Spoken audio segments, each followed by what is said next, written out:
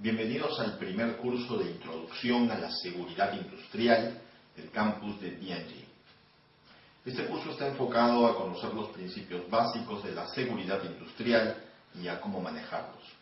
Muchas veces en realidad nos preguntamos qué cosa es la seguridad, cómo es que funciona, cómo es que se gestiona, cómo podemos estructurar sistemas de gestión de seguridad o sistemas de seguridad que sean altamente eficientes, que agreguen valor a nuestra organización.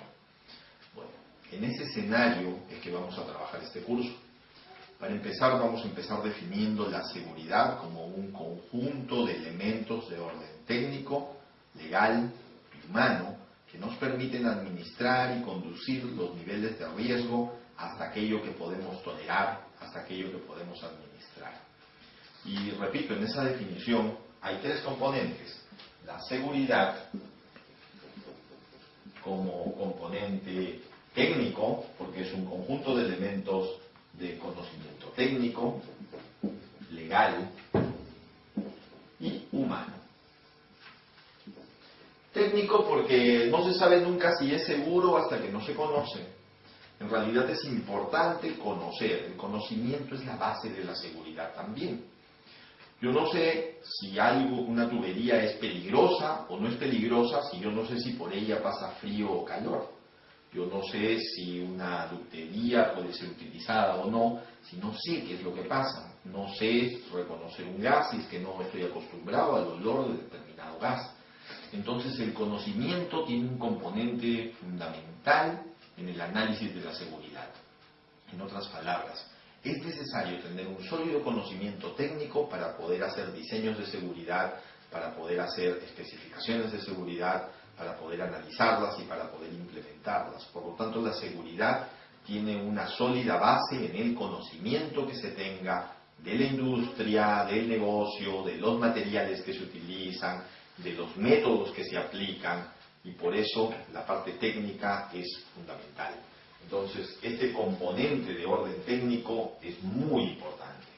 También es un componente de orden legal, porque existe un juego de reglamentaciones específicas que regulan los accionares de la seguridad humana en las organizaciones. Existen hoy día reglamentos con muchos artículos que especifican condiciones de seguridad para las instalaciones, para la infraestructura, para las formas de operar, para las formas de actuar. Y hoy día son regulaciones aplicables, algunas internacionalmente, otras como normas y otras como regulaciones locales específicas, hasta tan específicas que podrían ser incluso sectoriales aplicables a distintos tipos de negocio.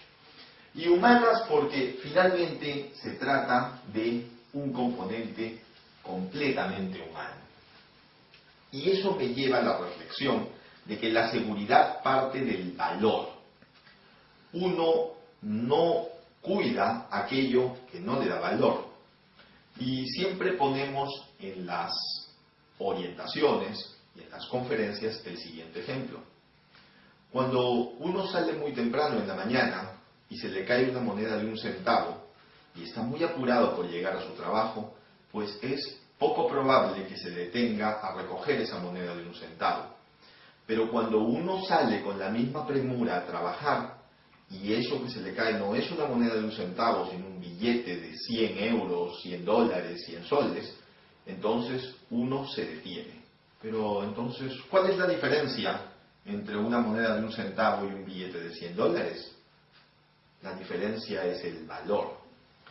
Uno solamente cuida a aquello que le da valor. Ese concepto del valor es muy importante. Y muchas veces no podemos aplicarlo a nosotros porque no nos ponemos en ese escenario. Vamos a suponer que un día amanecemos sin la extraordinaria mano derecha.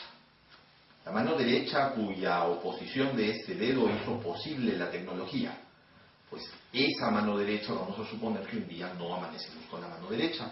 El no amanecer con la mano derecha y tratar de hacer sus obligaciones, para quienes no somos zurdos, hacer las obligaciones normales, tratar de levantarse, vestirse, sin contar con una mano genera una importante limitación. En ese momento uno piensa en el extraordinario valor que tiene la mano para el ser humano. De igual forma, prueben amanecer un día sin ojos, es decir, véndense. se vendan, y al poderse vendar van a ver la extraordinaria importancia que tiene el ojo humano para poder hacer nuestras actividades normales. Lo que sucede es que el ser humano tiene una percepción de valor que no es sostenida en el tiempo. Es decir, cuando un ser humano va caminando y ve un accidente, se queda impactado y como consecuencia de ese impacto se cuida, se sobrecuida. Pero pasan las semanas y después, bueno, ya deja con más ligereza el proceso y entonces llega un momento en que se descuida y está expuesto a una serie de peligros y riesgos. Estos dos conceptos son fundamentales de entender, el concepto de peligro y el concepto de riesgo. Es muy importante entender el peligro y saberlo reconocer, porque el peligro se identifica.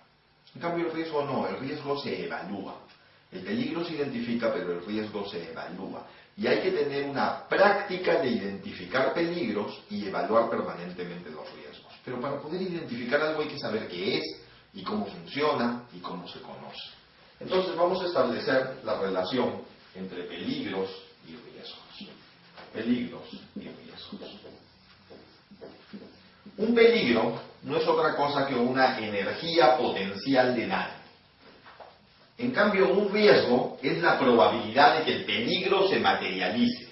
Vamos a poner un ejemplo muy sencillo. Los autos cruzando por la calle constituyen un peligro, pero que yo cruce la calle, eso es un riesgo.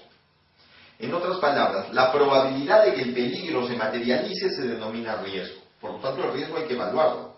En cambio, el peligro hay que identificarlo. Desde ese punto de vista, los autos que circulan por la calle son un peligro, los materiales que están en altura son un peligro, la mercadería en movimiento es un peligro, las herramientas en movimiento son un peligro, ¿no es cierto? Entonces las condiciones inseguras se convierten en peligros. En cambio, los riesgos son trabajar con esas condiciones inseguras, es decir, la probabilidad que le estoy dando de poder hacer que ese peligro se materialice.